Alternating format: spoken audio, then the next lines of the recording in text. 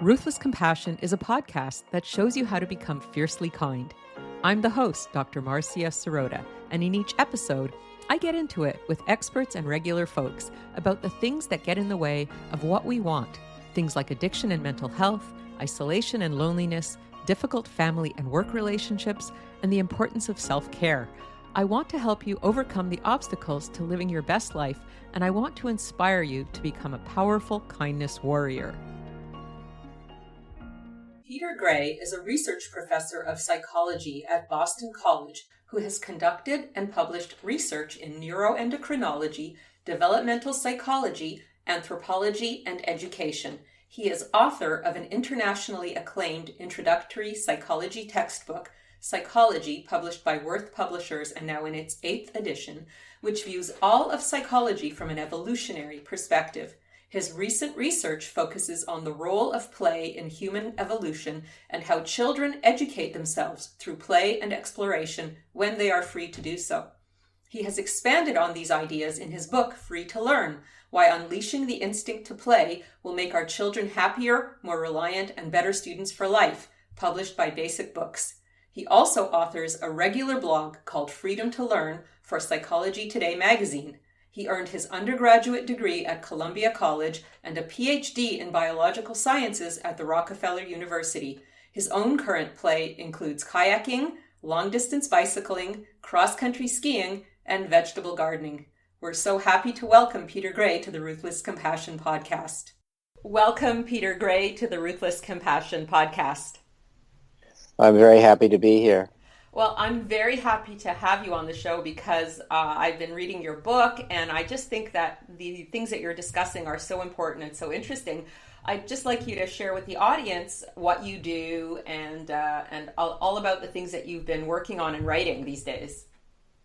Well, that's a lot. I'm a research psychologist. I'm an evolutionary psychologist, which means that I'm interested in human nature and how our nature came about by natural selection. I'm especially interested in the nature of children, and most especially in those aspects of children's nature that came about by natural selection, I'm convinced, to serve the function of their education. So my research focuses especially on children's play, but really on all of those characteristics of children that lead them to be so brilliant at learning, at figuring out what they need to know, and then going ahead and learning that.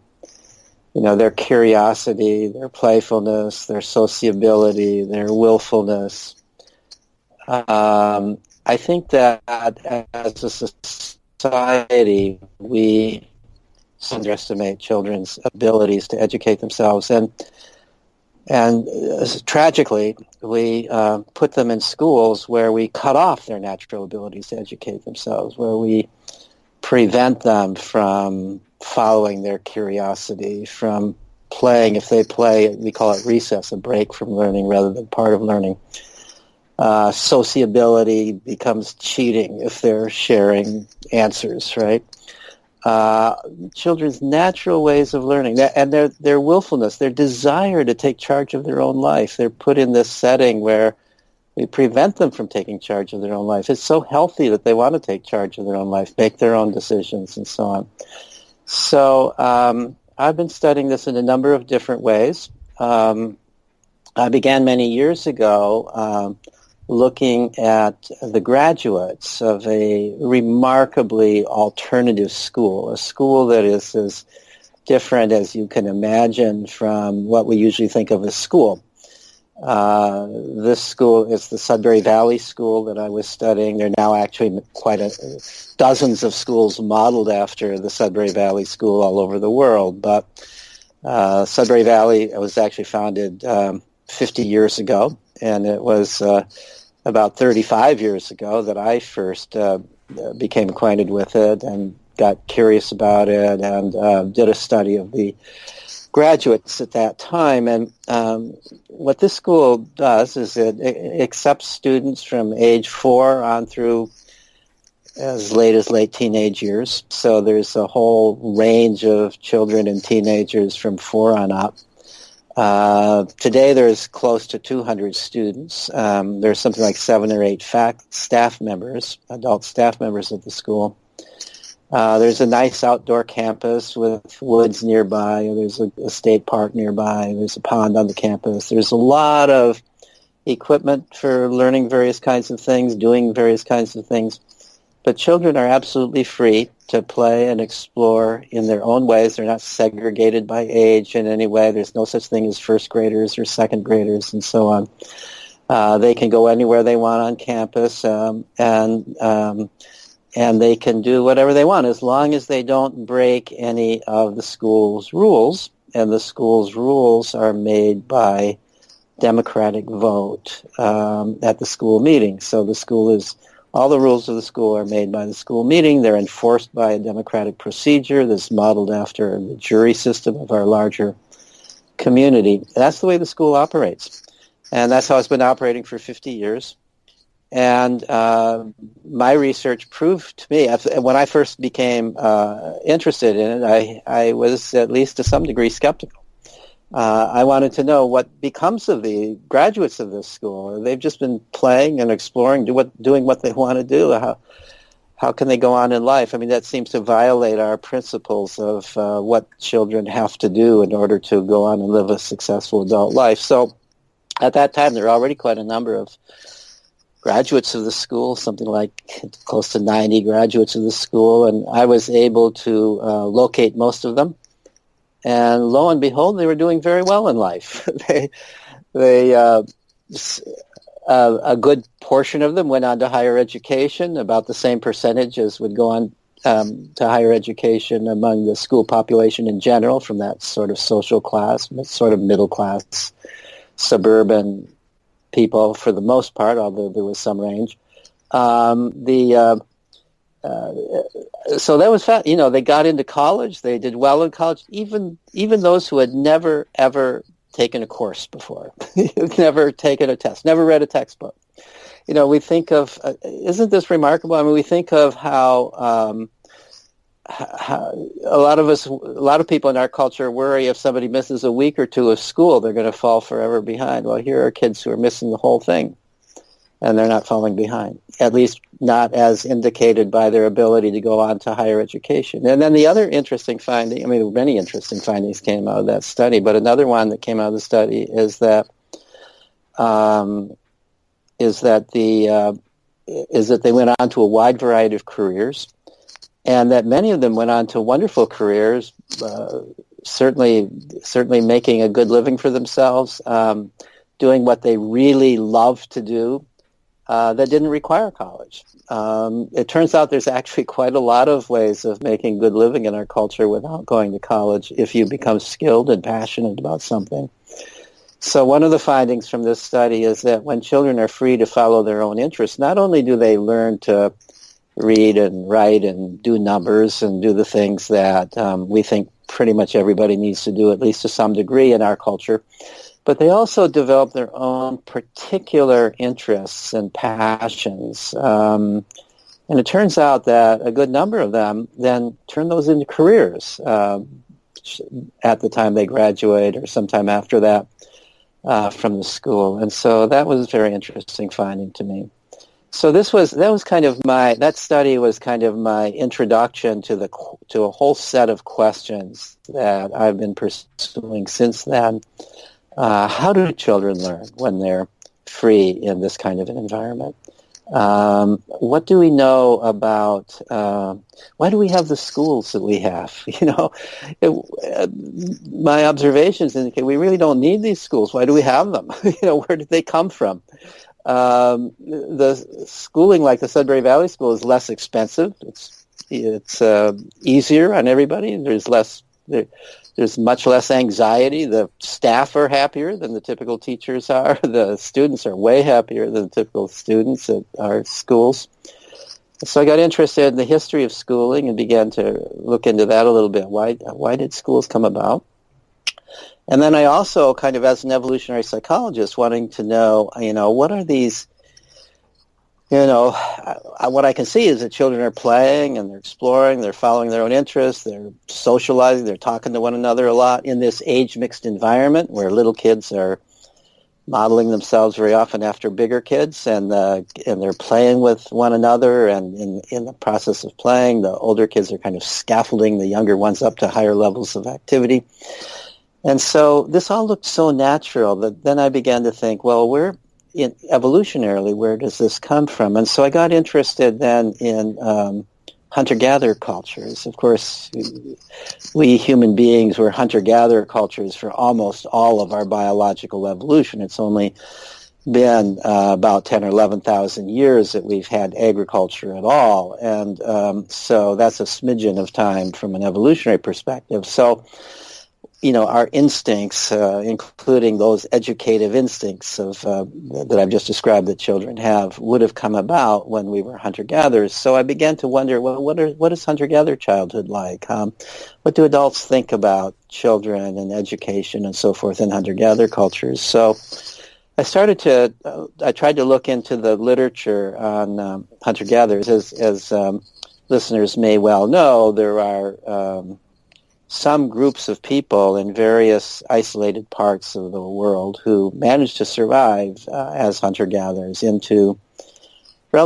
quite modern times. I don't think there are any really pristine hunter-gatherer cultures today, although there are some who come close to still living the hunter-gatherer way of life. But as late as the mid to even somewhat late 20th century, anthropologists could trek out into various parts of Africa and Asia and South America, various other places, and find people who were isolated enough from the rest of the world that they were still living in the way that they presumably were living thousands of years ago before the onset of agriculture, and people who don't have agriculture and people who may have some trading relationships by the time they were studied with the agricultural world, but were really not affected in terms of their basic lifestyle. And what was interesting, so at any rate, there's been a fair amount of, there's 2 or 3 dozen such cultures in various parts of the world that have been pretty well studied. When I looked into the literature, there wasn't a lot said about children. If they said anything about children, they just said, and the children were off playing, as if children are children everywhere, which is kind of true.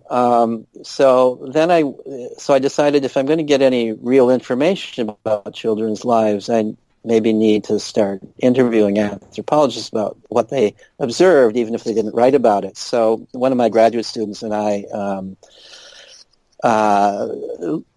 identified 10 different anthropologists who among them had lived in 7 different hunter-gatherer cultures on 3 different continents. So we had some variety, and surveyed them about children's lives in the culture that they observed, about the relationship between adults and children in the culture they observed. And what struck me was how similar these children's lives are to, or were, to the lives of children at the Sudbury Valley School. The adults in hunter-gatherer cultures believe that children learn on their own. You don't have to make them learn things, that they're just naturally going to learn. They give them lots of free time to play and explore. And the children are basically free from dawn to dusk. And they play and explore in age-mixed groups.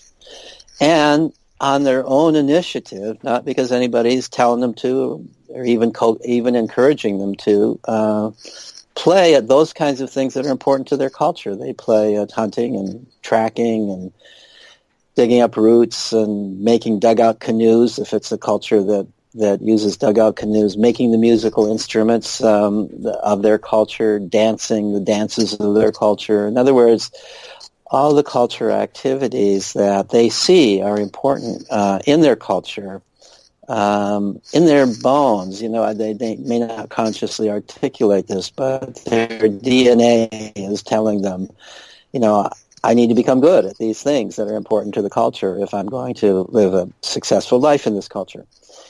Well, of course, our culture, there's a lot of things we have to learn that are very similar to what children have to learn in hunter-gatherer culture. They have to learn how to get along with other people, have to learn how to regulate our emotions, and so on and so forth. I would argue that the really, in some sense, the most important things and hardest to learn things are similar for hunter-gatherer culture and our culture. But in terms of the very specific kinds of ways we make a living, we're quite different from a hunter-gatherer culture. And also we have, unlike hunter-gatherer cultures, we have written language. And certainly there's a great advantage in knowing how to use that written language if you're growing up in our culture, knowing how to read and write, or read and type these days.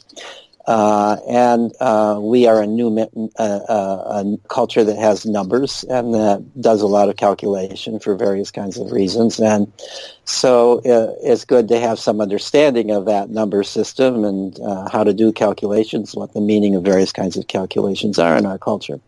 So we also today, of course, are a culture that, whereas a hunter-gatherer culture, you might say that the bow and arrow or the digging stick or for many of them, machetes or fire. These are the main tools of the culture, and children play endlessly with those tools and become very good at them. Today in our culture, clearly the main tool of our culture is the computer, and so it's not surprising that children play endlessly with the computer in our culture and become very, very good at it. But they're also playing with many other aspects of our cooking utensils, sporting goods, sometimes woodworking equipment. And they're playing, and I use that word advisedly, with books. They're reading for fun. They're playing games that involve adding and subtracting and calculating averages and so on. So in the process of their play and exploration, they're learning these basic skills. And then they're also discovering what they like to do.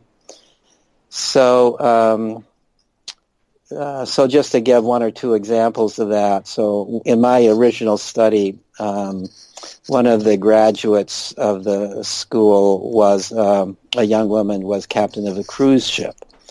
So she was somebody who just, for whatever reason, got fascinated with boats as a little girl at the school. There was a pond on the campus, and she would make little boats and float them and learned about boats and began reading about boats. And by the time she was a teenager, she took advantage of the school's liberal off-campus policy and apprenticed herself to a ship captain on Cape Cod.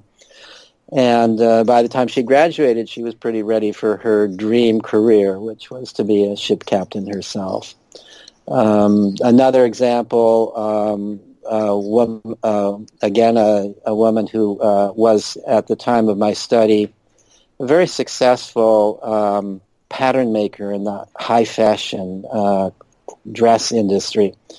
And she was somebody who was a little girl, liked to play with dolls, as many little girls do, and who began, for some reason, to get interested in making clothes for her dolls. So she started making doll clothes, and then she went from that to making her own clothes and clothes for her friends. And by the time she graduated from the school, she had a wonderful understanding just from her own interests and learning and reading about fabrics and patterns, and had developed creative ways of producing patterns. And then she went off and apprenticed herself to pattern makers and went on to her dream career.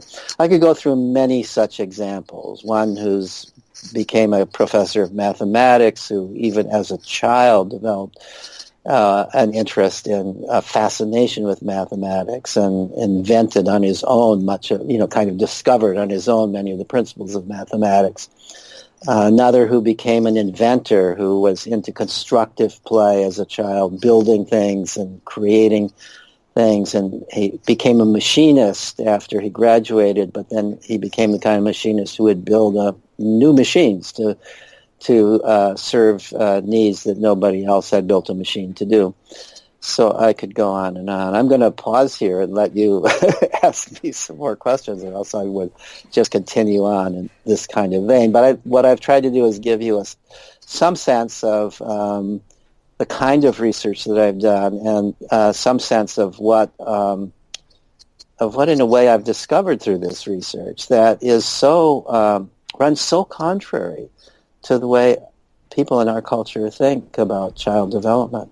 Well, first of all, I'm going to make a comment about my own childhood because I was one of those kids who was terribly bored in school. I just found school extremely dry and unsatisfying. But in all of my off hours, when I wasn't at school, I was doing exactly what you're talking about, running around with a mixed group of kids, just exploring our passions, exploring our interests, getting into trouble, getting into scrapes, falling down, getting up, learning things, learning social skills. And I just feel so lucky that I had that opportunity to do all those things, when I wasn't in school, but I still got to do all those things. And I think it really did inform me as a person and who I am and what I'm interested in and what I went on to do. So I feel like fewer and fewer children have that opportunity today.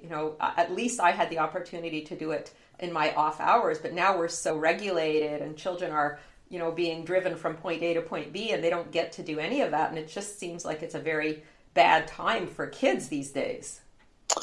Yeah, that's a good point. So I'm old enough that I was a child in the 1950s, and I often say that I had school. We had school, and school was, pretty much the same as it is today, except that there was not nearly as much of it, and we didn't have school after school. We didn't have all these sort of adult-directed activities after school. And when I say we didn't have as much of it, I mean that in a number of different senses. In elementary school in the 1950s, I've actually looked up the data on this. The average school year was 5 weeks shorter in the United States than it is today. We've taken away a full month of summer vacation from kids and another week of vacation during the rest of the year. The school day was about 6 hours, just as it is today. But in elementary school, now I can't say for sure I went to a number of different elementary schools, and the one I remember best was the one where I was in 5th and 6th grade. And I remember that we had, out of the 6-hour school day, we were outdoors 2 hours. We had a half-hour recess in the middle of the morning, a half-hour recess in the middle of the afternoon, and a full hour at lunch. So we were never expected to be in our seats more than an hour at a time. There was, this is kind of a recognition that children are not designed to be sitting in chairs indoors for large amounts of time doing what really amounts to pretty boring stuff that they're being asked to do. Nowadays, so for example, in Boston, the elementary school kids have a total of 15 minutes of recess a day. That's it. And, that's just barely enough time to get outdoors and back indoors. It's really, in my mind, that's cruel. I really think that's cruel to do that to children. So more and more children are getting diagnosed with ADHD because it's just, nobody adapts well to that situation. There's some people who just can't adapt to that situation, and they're the ones who become disruptive and they get some kind of diagnosis. We did not have homework in elementary school. Once in a while, a teacher might ask us to write a poem or a story at home, something creative like that.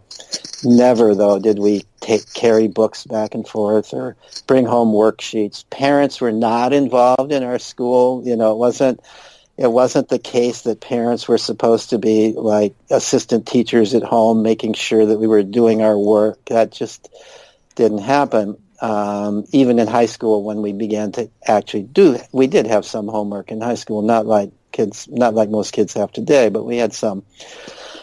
But it was our responsibility to do it. It wasn't parents monitoring us. And it was our responsibility to do it or not do it. Some of us did it, and some of us didn't do it, and somehow we got by, even if we didn't do it.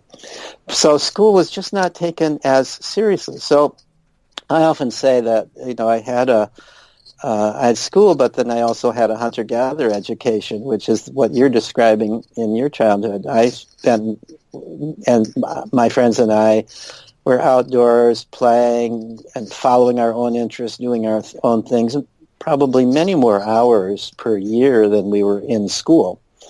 And certainly, I think almost anybody in my generation, looking back and thinking about their experiences and who they are now, would say that what they learned in their free time played a much bigger role in shaping who they became than what they did in school. So what's happened now over the years? This is not my own research, but I've put some other people's research together.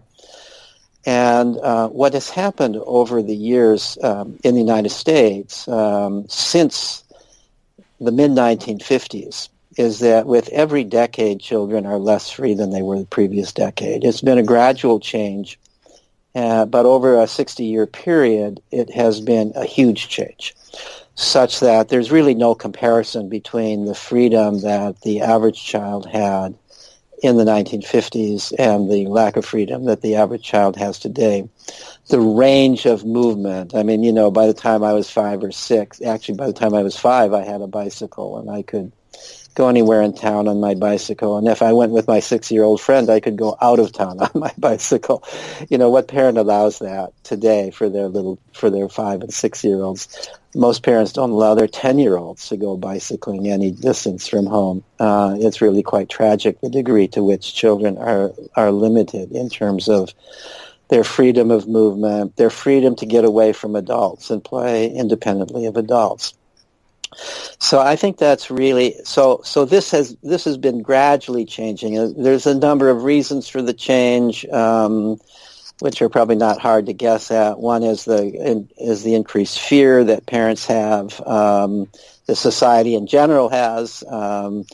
We went through a period of time, especially in the 1970s and 80s, when every case of a child being kidnapped or being molested we heard about those cases, and we believed that this was a very common thing and that strangers were grabbing children off the streets. And it really isn't true that was happening, or it was happening very, very rarely. I mean, you can get hit by lightning too, but it's a very, very rare occurrence, but people came to believe that it's relatively common. And then once you have that image in your mind, you can't get that image out of your mind. And so you think, how can I possibly let my child go out freely if something terrible like that might happen to my child? So that was one thing. The other thing that began to happen is that school, bureaucracies by nature tend to grow.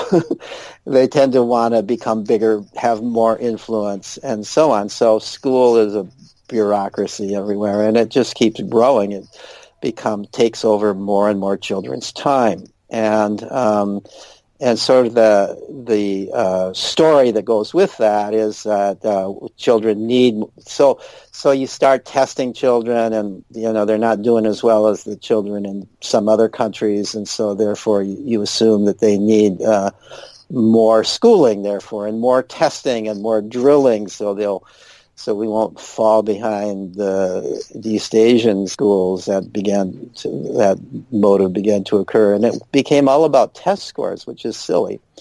And the result of that is that people who really don't know children are really making these policies. Teachers often resent it, but they, for some reason, don't resist it, as I think they should. But children began to have to start school earlier. At least the small towns I lived in didn't have kindergarten. They added kindergarten everywhere, and now some places they have pre-kindergarten, and some places there's pre-kindergarten. So children are starting school earlier, and they're whereas kindergarten, when it first started, was a garden for children. It was a place to play, and then it became academic, and little children are being taught academic stuff, and they're already bringing home messages to their parents about their being academically behind. This is just outrageous. We've gone berserk in this emphasis on academic training of things that actually my research at Sudbury Valley School and my research also more recently for unschoolers, people who are homeschooled, but the parents don't provide a curriculum, the children learn on their own, shows that learning to read isn't very difficult. We make it difficult by making it occur in this kind of way, being taught to children who aren't particularly interested in it or don't want to do it that way or don't want to read this book. If we just let children learn to read in their own natural ways, it's not hard for them to learn to read. And that's true with everything else in school. We make it hard. We're spending hours and hours painfully trying to get children to learn things in ways that are not the natural way for them to learn. And since they're spending more and more time on that, we're leaving less time for them to learn in their natural ways. The other thing, of course, that happens when you deprive children of freedom is they become depressed. And when you put children in situations, as our current schools are, where they're more or less being constantly evaluated, constantly micromanaged, they get very, very anxious, just as you and I and anybody would. None of us would accept a job in which we are micromanaged and controlled in the same kind of way that children are controlled in schools. We just wouldn't stand for it. And yet we put our children in that kind of situation and think that it's good for them. It's not good for them. They get anxious.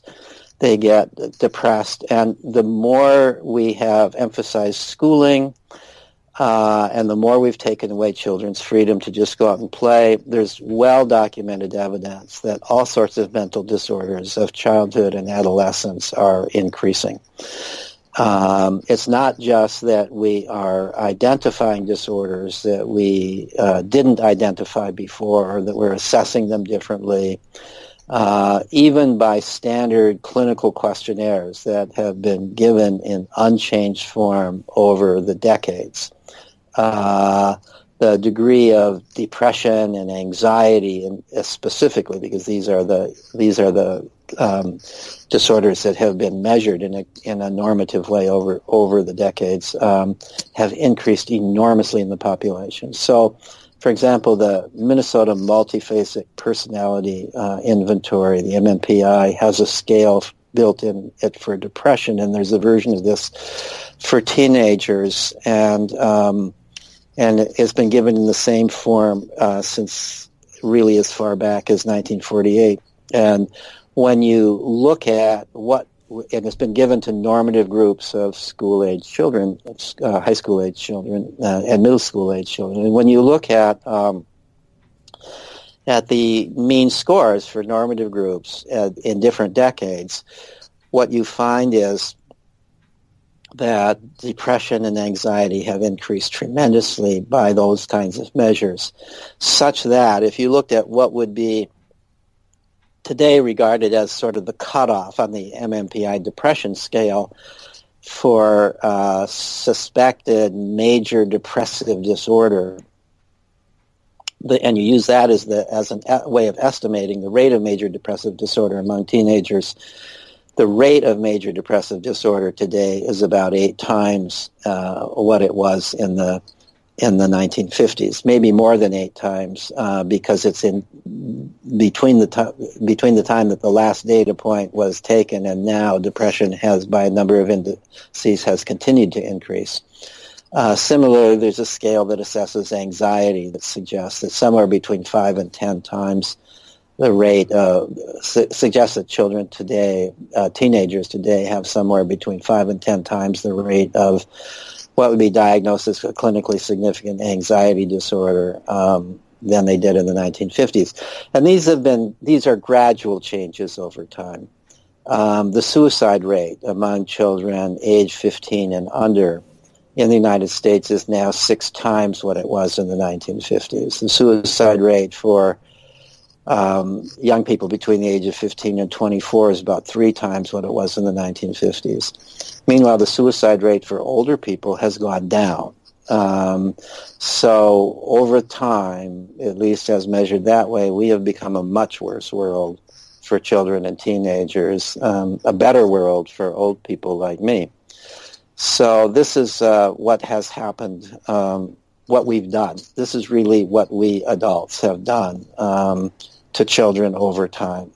And we've done it often at least on the part of many people, believing that this is all for the sake of children, believing that we're protecting children by not allowing them to go out and play and explore in their own natural ways, believing that we are preparing children for the future by having them do more and more schooling, believing that they will learn more and profit more if they are in some kind of an adult-directed, organized activity than they would if they're creating their own activities. These are false beliefs, but these beliefs have been promulgated to such a point that most people in society, most parents, believe them to be true, and therefore we've been acting on those beliefs.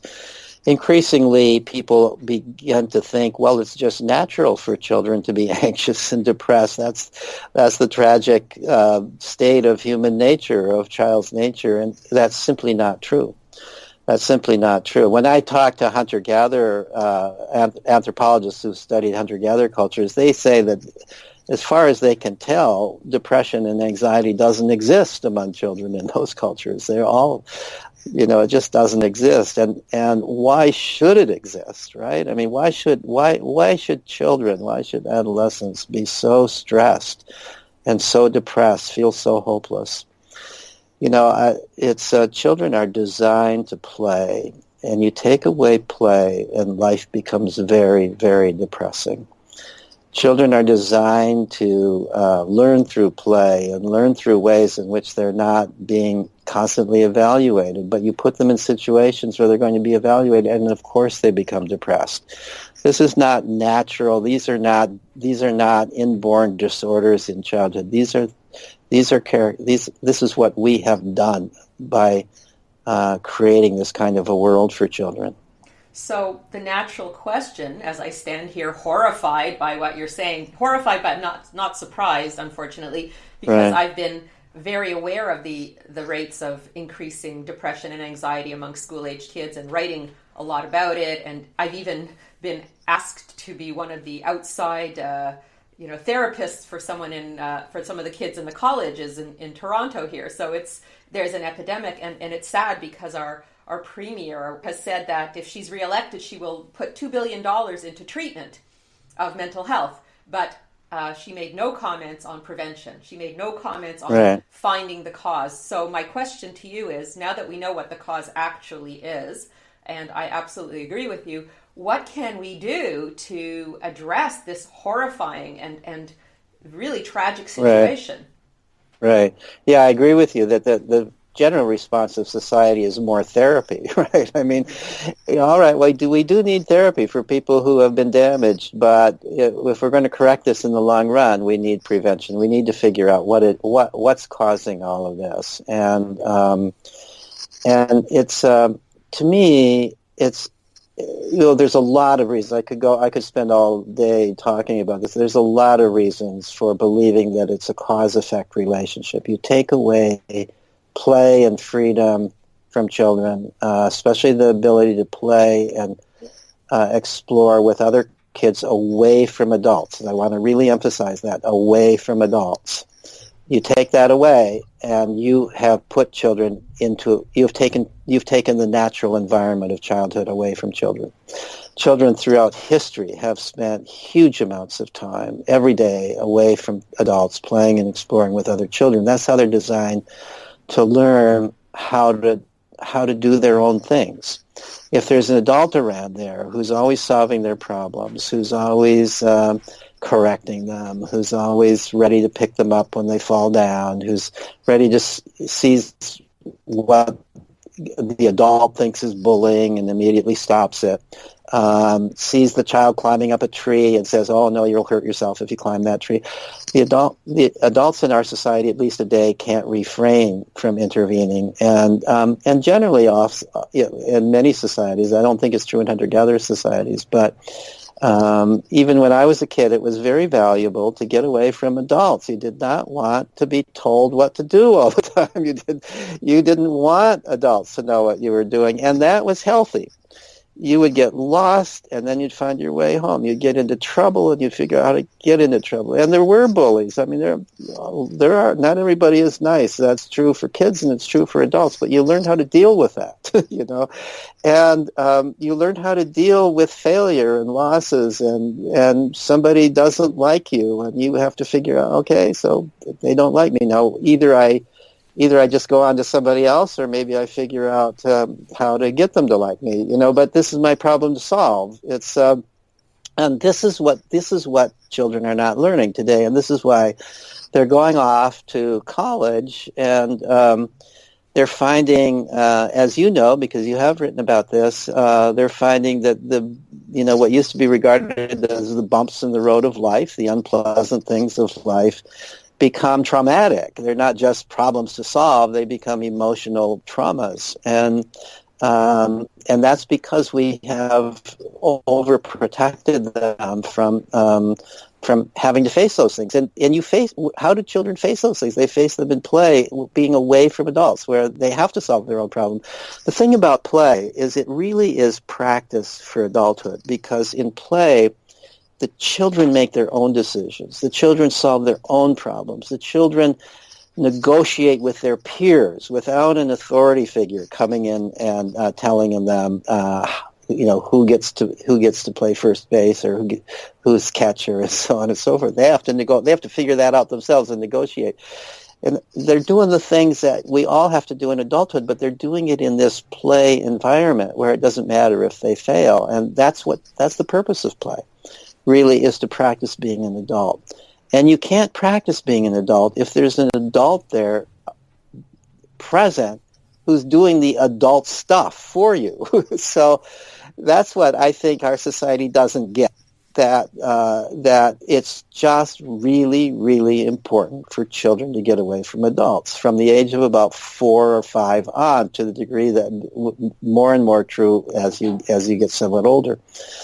And throughout history, children got away. The only times in history where, and even then it's questionable, but the only times in history where children were less free to play and explore with other children away from adults than they are in our culture today was at times of child slavery and of intense child labor, where, but we decided, around the beginning of the 20th century, by the beginning of the 20th century, at least in the United States, we pretty much outlawed that kind of child coerced labor, and because we decided that wasn't good for children, and so we freed children from that, and now we've put them in schools, which is essentially a full-time job, and not a pleasant job.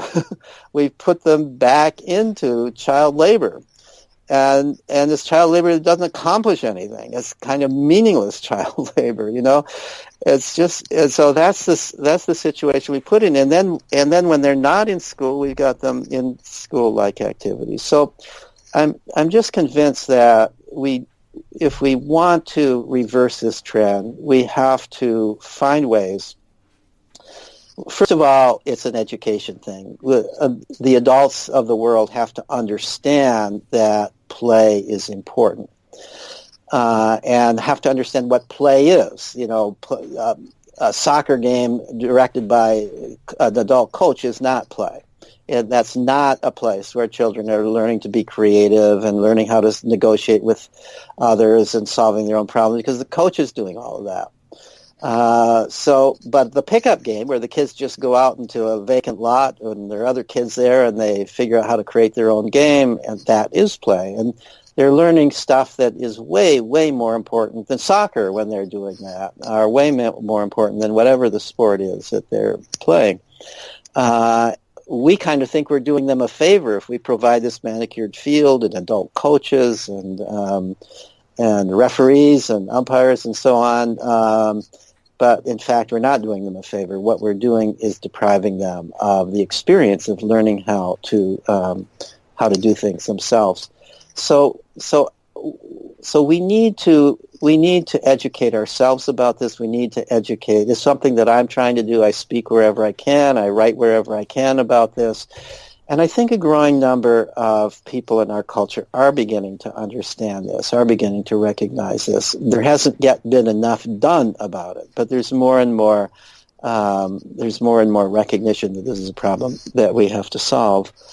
So that's, I think that is what we need to do. And there are beginning to be some inroads. One of the organizations, nonprofit organizations that I'm involved with is an organization called Let Grow. The primary founder of that organization, the person who's president of the organization, is Lenore Skenazy, who wrote the book Free Range Kids, and has long been an advocate for children's freedom to roam outdoors without adults following them around or supervising them. And the Let Grow Foundation it's only been a few months now in existence, but already is beginning to have an effect. We're working with some small cities. We're working with some school districts to bring play back to children in a variety of ways. And so there are definitely people, including people within some of the schools, some superintendents of schools who understand this problem and are beginning to do something about it. That's fantastic. How can people find the Let Grow organization online? You can just Google Let Grow and you will find it. So just to give an idea, one of the school systems, probably the school system that has taken most to heart what we're talking about, is a school system on Long Island in New York State, the Patchogue Medford School System District, and there are 7 schools there, pretty large elementary schools there, and the superintendent of schools actually read my book and found himself agreeing with it. And he's done a TEDx talk himself about how schools are harming children. And so here he is, the superintendent of schools. And so he's really doing a lot to try to loosen things up. He's increased recess. He's brought various kinds of more creative activities into the school. He's sort of, I don't know if he's completely eliminated homework, but certainly reduced it. You always have to be a little cautious on all of this because parents are not necessarily ready to go along with these kinds of changes. So, but the most interesting thing that has been done in those schools is that they've instituted what they call free play club in the morning. Now, my hope, and their hope too, is that this becomes an afternoon thing every day after school, where children are free to play using the school facilities after school, between those hours when school ends and their parents are home from work. That would add maybe 3 hours a day of free age-mixed play. Could make use of all the school, the school outdoor playground, the gymnasium, the art supplies, anything at the school. Well, it turns out that schools, there are all kinds of legal constraints and so on that have to be solved in order to do something like that, something that seems relatively simple from outside. Apparently, from once you're in the school bureaucracy, is not as simple as seems like it should be. So they're taking it step by step, and what they have done already is they have before school free play only 1 day a week. But this is turning out to be so successful, and the children are loving it so much, and even the teachers and the school principals are loving it, and parents are loving it. So what happens is a lot of schools, a lot of kids get left off early before school, maybe an hour early, and because the parents have to get to work. And in the past, they either kind of just waited, or maybe there was some kind of an adult-supervised activity for them. But now, at least this 1 day a week, there's all kinds of stuff out there to play, and the kids there from kindergarten through 5th grade are all mixed by age. So, there's over 100 kids out there, and they are, and the teachers who supervise have been instructed, and apparently they are following this instruction to not intervene. Just let the kids play. Unless you really, really feel that something's dangerous. Really, you have to have that pretty, so let them scuffle, let them call one another names, let them do what kids do. and let them play, let them solve their own problems. And I was actually a little worried about whether the teachers were going to be able to do that, because I've seen so many situations where teachers seem not to be able to refrain from intervening. They see it as their job to do that. But it turns out that they apparently got the message. I haven't observed it directly, but Lenore Skenazy has. And from everything I hear from the teachers there, the teachers are laying off. And the first thing that has surprised them, and hasn't surprised me, is that the more the teachers lay off, the happier the kids are, and the better they are at solving their own problems, and the less bullying there is. When kids are responsible for their own behavior and they're not going to be interrupted, and when they can solve the problems themselves, bullying goes down. And the other thing that I think plays a huge role is the fact that this is age mixed. And there's a lot of research.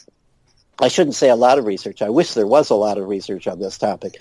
But what research there is on this indicates that age mixing greatly reduces bullying. That's been an observation of mine when I studied children at Sudbury Valley, where they're never segregated by age. It's very clear that the presence of younger children leads the older children to be nicer than they otherwise would be. Nicer not just to the younger children. They're naturally nice to the younger children, but they're also nicer to one another. They're sort of providing models. It's as if they've got some responsibility to be models of good behavior to the younger children.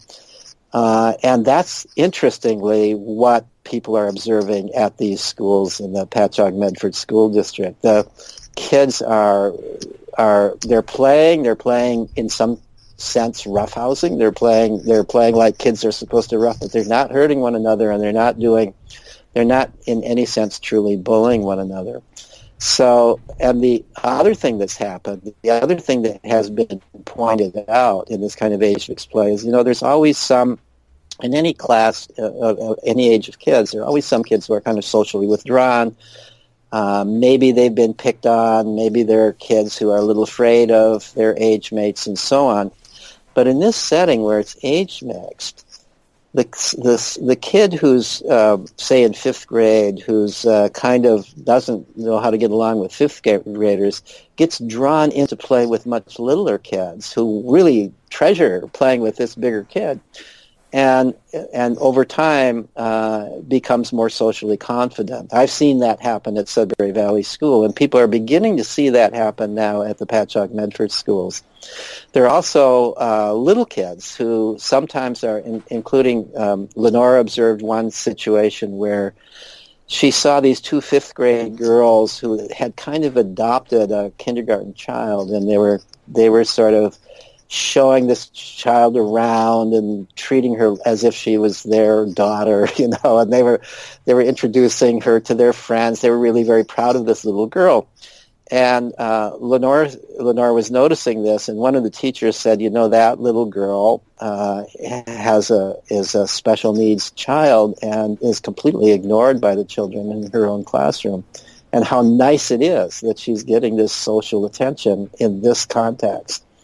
So there's just so much value to what this school is beginning to do, and the parents say that the kids on the day when it's play club, they get up early. They want to get to school. They ask, "Is it play club tomorrow?" They're asking for it. Parents are raving about it on Facebook, and the consequence of that is that parents in other school districts are now asking for it. So I think this is going to spread. I don't think we're going to go back. So part of the reason I'm talking about this, I don't think, as much as it might be nice if we could, I don't think we're going to go back to the kind of 1950s situation and even 60s and somewhat 70s situation where parents are just going to feel comfortable about letting their kids go running out in the neighborhood. Part of it is neighborhoods have changed. People have a different sense of privacy than they used to. We're not going to completely do away with all the sort of legal problems, the suits that can occur if somebody should get hurt and so on. There's so many barriers to free play. But so we're not necessarily going to, at least we're not going to in any immediate sense go back to that. But I think that there are things we can do like this, where there is an adult there, but the adult is trained to be there but not be there, to sort of be there but not be noticed and not be conspicuous, be there if there's an emergency, but not be there as somebody who's telling the children what to do, who's correcting them, who's suggesting things for them to play, who's solving their problems, but is just there sort of the way a lifeguard on the beach is there to rescue somebody if a life is in danger.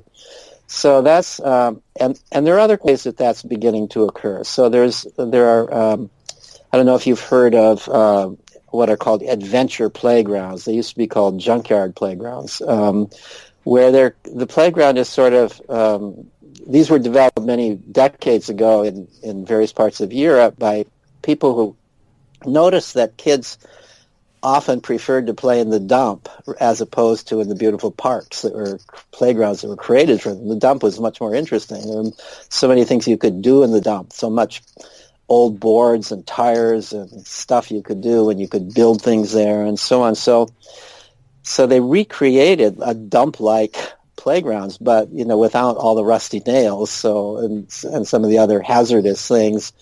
And there used to be many of these in Europe, not quite so many today, but there's still many today. And there's a growing movement towards making more of these in the United States too. In Europe, the way it works is that parents can take their children there if that's the only way the children can get there, but parents are not welcome to stay. There is a play worker there who's this kind of person who's trained to not intervene and to let the kids do things, like including making fires, cutting things up with knives and so on, things that most adults in our culture would not allow them to do.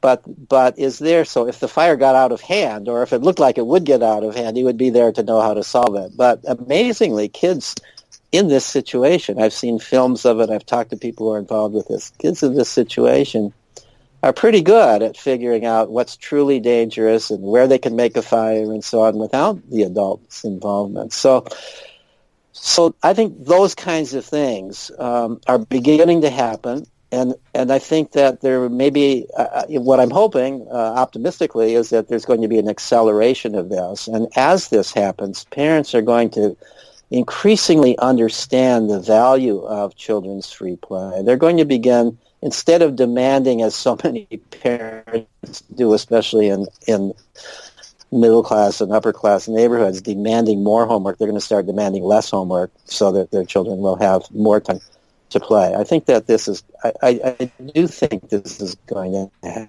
happen.